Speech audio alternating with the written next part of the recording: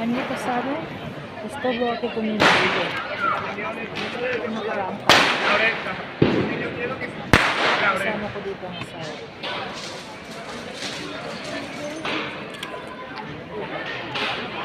Kumain kami ng churros.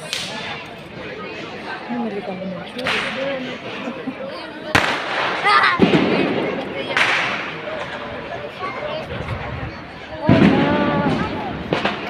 Italis guys. Hola. Galing ako sa sentro.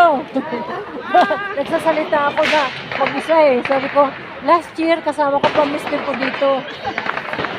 Ngayon mag-isa na lang ako. Ha?